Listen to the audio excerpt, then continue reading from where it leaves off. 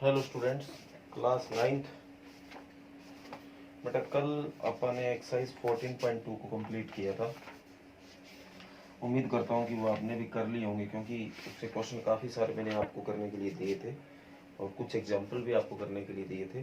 और बेटा कोई भी क्वेश्चन में आपको कोई भी तरह की प्रॉब्लम आती है तो आप बिल्कुल पूछोगे। तो उसके बाद बेटा एक्सरसाइज 14.3 है तो ऑलमोस्ट उसके जैसी, कोई ज़्यादा फर्क नहीं है, बस ध्यान से आपको समझते जाना है। तो इसमें दो ही मेन बातें हैं बेटा, एक तो आपको बनाना है बार ग्राफ्स और एक आपको बनाना है हिस्टोग्राम्स। दोनों में कोई ज़्यादा अंतर नहीं है, जो भी अंतर है मैं आपको बता दूंगा।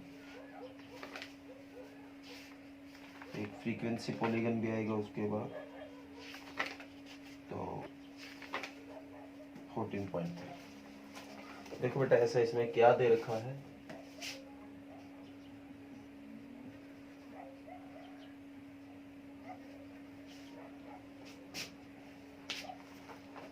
पहला क्वेश्चन है, a survey conducted by an organisation for the cause of illness and death among the women between the ages 15 to 44 worldwide found the following figures. बेटा ये क्या है, कोई सर्वे किया गया किसी ऑर्गेनाइजेशन द्वारा। ऑर्गेनाइजेशन कोई संगठन होता है, तो उन्होंने एक सर्वे किया और उन्होंने सर्वे जो किया है वो कोई जो इलनेस, बीमारी एंड डेथ, बीमारी और डेथ, मतलब बीमार भी हो सकते हैं और उस बीमारी से जो डेथ होती है उसको लेकर वुमेन्स का किया है। और इसमें 15 to 44 एज की जो वुमेन है उनका उन्होंने सर्वे किया है पूरे वर्ल्ड के अंदर। उन्होंने क्या पाया, देखो पहला जो नंबर है रिप्रोडक्टिव हेल्थ कंडीशन। तो ये रिप्रोडक्टिव जो होता है उस केस में कहता है कि 31.8% किसी महिला की इलनेस और डेथ का कारण हो सकता है। इसी तरह सेकंड है न्यूरोसाइकेट्रिक कंडीशन, ये दूसरी कंडीशन है जिसका परसेंट थोड़ा उससे कम है। इंजरीज आप जानते हो, चोटें जो होती है, 12.4। आगे है cardiovascular condition 4.3, respiratory condition 4.1, other cases, इनके अलावा भी कोई केस अगर बच गए हैं तो 22% है। ये सारा डाटा परसेंटेज में है। Represent the information given above graphically. बेटा ग्राफिकली इस कंडीशन को आपको रिप्रेजेंट करना है, और यहाँ ग्राफिकली के लिए बार ग्राफ भी लिखा आ सकता है तो भी सेम क्वेश्चन होगा। तो कहीं ये ना सोचना कि वो कोई अलग होगा। तो मैं देखो बेटा इसको बनाता हूँ, सीधा ही मैं ग्राफ ही बनाता हूँ।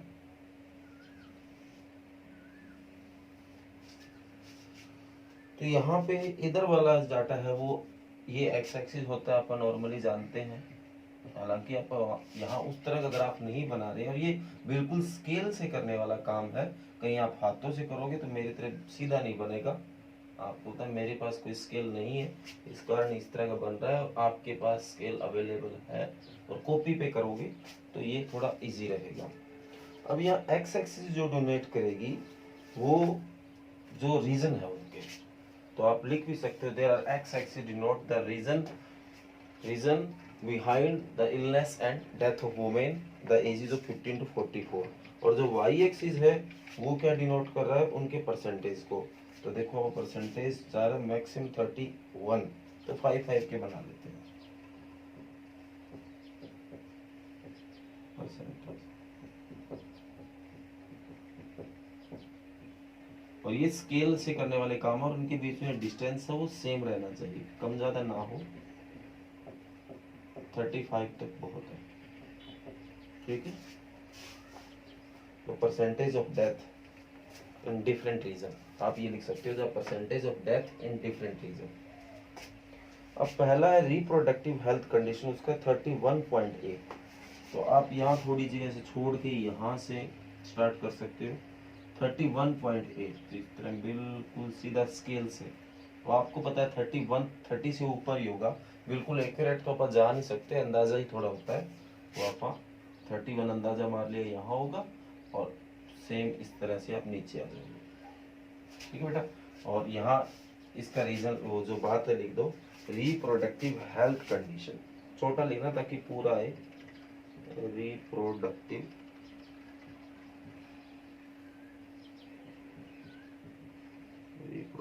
Health condition.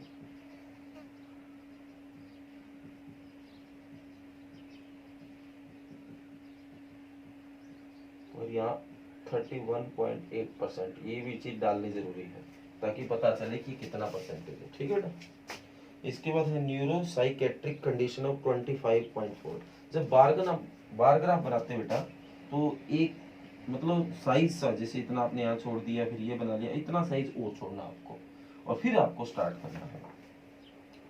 ये 25 पॉइंट मान लो इतना सा साइज आपने छोड़ दिया और 25 आपको बताइए कहाँ होगा। 25 आपने बना रखा है तो स्केल के बिना देखो लाइन सीधी नहीं जाती। तो हाँ ये ध्यान रहे जैसा इतना यहाँ पे, हालांकि इसका कोई रूल नहीं होता कितना होना चाहिए, बाकी अब 1-1 सेंटीमीटर तो बना सकते हो। हाँ जितना भी बनाओ वो क्या है आपका बराबर होना चाहिए, ये नहीं कि ये पतला सा बन जाए इसकी मोटाई ज्यादा बन जाए, वो थोड़ा अजीब सा हो जाएगा। तो ये चीज का आपको ध्यान देना है और ये आपको लिख देना अंदर। ठीक है, थोड़ा इसी हिसाब से लिखना कि पूरा भी आ जाए।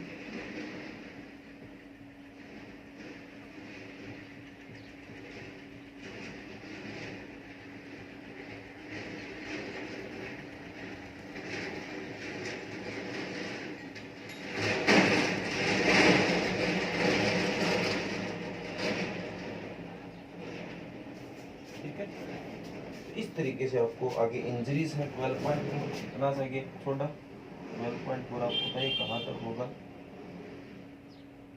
10 15 के ऑलमोस्ट बीच हो गया इंजरीज।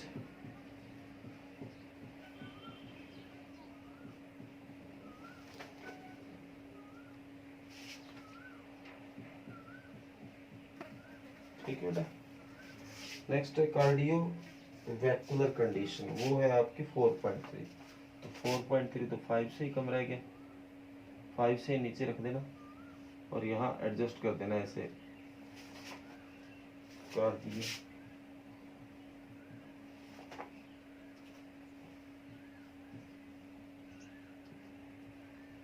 वैस्कुलर ठीक है बेटा 4.3% इस तरह से एडजस्ट कर देना। आगे है रेस्पिरेटरी, वो 4.1 है, इसको आगे बढ़ाना पड़ेगा। 4.1 थोड़ा सा इससे नीचे आ जाएगा। हाँ इनका गेप बराबर है, अभी जो आपको बात बताई थी। रेस्पिरेटरी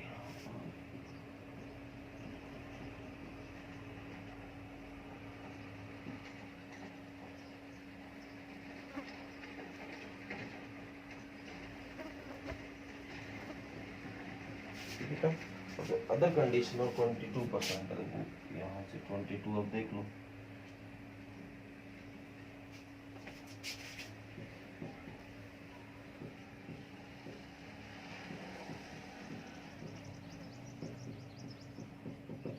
ओके बेटा, तो इस हिसाब से आपका ये भी पता चल गया ये क्या चीज है। अगर आपको लगता है कि यहाँ पूरा नहीं आता तो आप नीचे यहाँ ऐसे लिख सकते हो, वो भी ऑप्शन है आपके पास।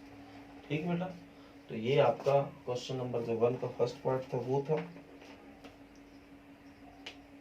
इसके बाद क्वेश्चन नंबर इसी में सेकंड है बेटा, कहता है which condition is the major causes of women ill health and death world wide.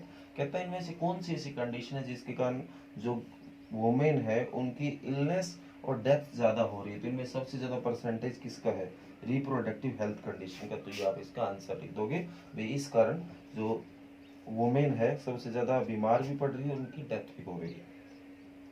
Next है try to find out with the help of your teacher and any two factor which play a major role in the causes above being the major causes. इसने ये कहा है कि आप अपने teacher से बात करके पता करो कि इसका कारण क्या है, क्यों इतनी ज्यादा डेथ हो रही है। इस कारण जो मेजर कारण है उसका भी बताओ और बाकी कारणों का भी बताओ।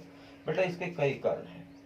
एक तो जैसे लैक ऑफ नॉलेज, नॉलेज की जानकारी ना होना। कई बार हमें बहुत सी चीजों का पता भी नहीं होता, हमें उसकी जानकारी नहीं होती, उस कारण कोई गलती हो जाती है, उस कारण नुकसान होता है। एक तो ये हो गया। एक हमारी जो हेल्थ कंडीशन है वो इसका भी कारण हो सकते है कि बढ़िया ना हो, इस कारण आप इन चीजों का मतलब शिकार हो रहे हैं। हेल्थ कंडीशन भी एक कारण हो सकती है, एक नॉलेज हम नहीं रखते ये भी एक कारण हो सकता है। तो इन सारी चीजों को आप देख सकते हैं, इस कारण ये जो इतनी डेथ्स हो रही है वर्ल्ड वाइड, तो ये चीज आप समझ गए होंगे। ये कारण बताने आपको किस कारण ये हो रहा है।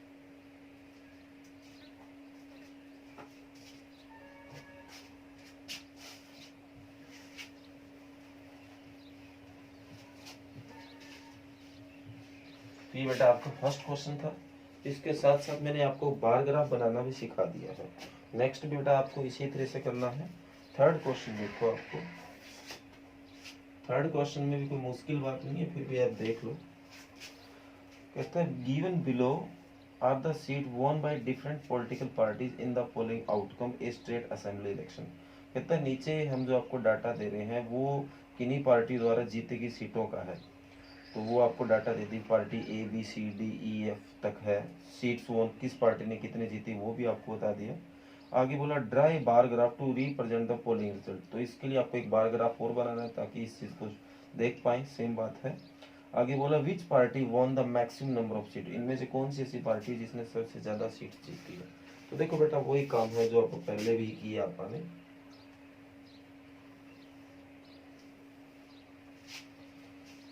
तो यहाँ एक्स एक्सिस डिनोट कर देगी द नंबर ऑफ पार्टीज, जो अलग अलग पार्टी है उनके बारे में बताएंगे। Y axis won the seats या number of seats winning by the party.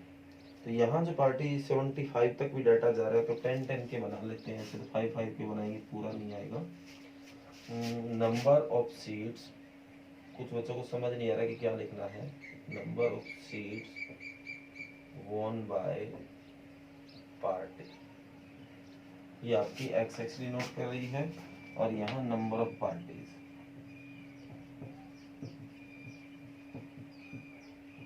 ठीक है, नंबर ऑफ पार्टी। तो यहाँ आप 10-10 के बना दें।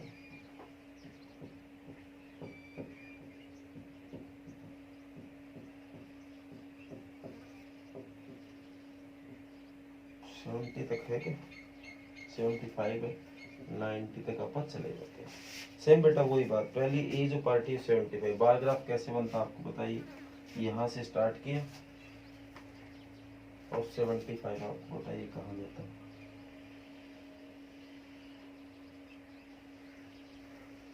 ठीक बेटा, तो पार्टी 75। ठीक है ना। इसी तरह बी है वो 55 है। बार ग्राफ है थोड़ा छोड़ के,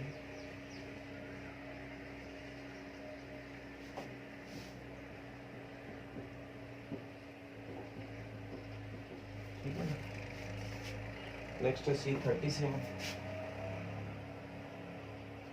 40 से नीचे रखना पड़ेगा, बिल्कुल सीधा उल्टा बेटा ना हो। 40 से 37। इसी तरह D20 मैं 30 से नीचे रख दो भाई।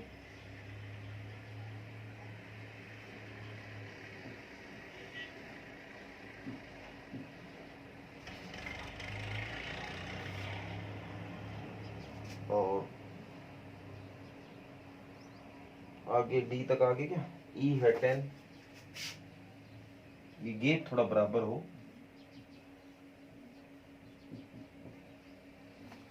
और इसके बाद जो एफ हो 37,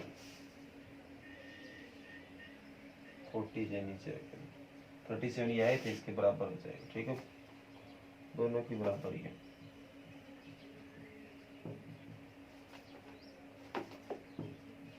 ओके बेटा, इसके बाद पहला पार्ट तो अपने कर लिया। सेकंड पार्ट बोला विच party won the maximum number of seat. इनमें से कौन सी पार्टी सबसे ज्यादा जीती है। तो पार्टी ए।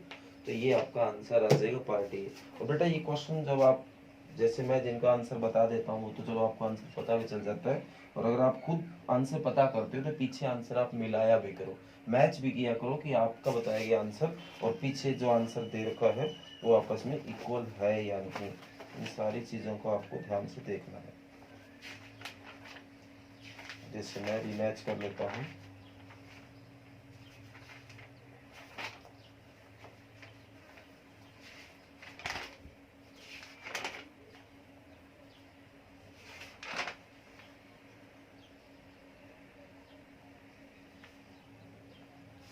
हाँ जी, ठीक है बेटा। तो पीछे आप ये चीजों को मैच किया करो, तभी आपको पता चलेगा कि आपके बताए गए क्वेश्चन के आंसर सही है या नहीं। ओके बेटा, तो आज आपको ये 3 ही क्वेश्चन करने हैं। और चैप्टर नंबर आपको पता ही है 2 का आपका टेस्ट है, पॉलीगन नाम से चैप्टर है। चैप्टर नंबर 2 अच्छे से उसकी तैयारी करते रहो और ये क्वेश्चन नंबर 1 2 3 आज आपको करके लेके आ गए। Okay, thank you.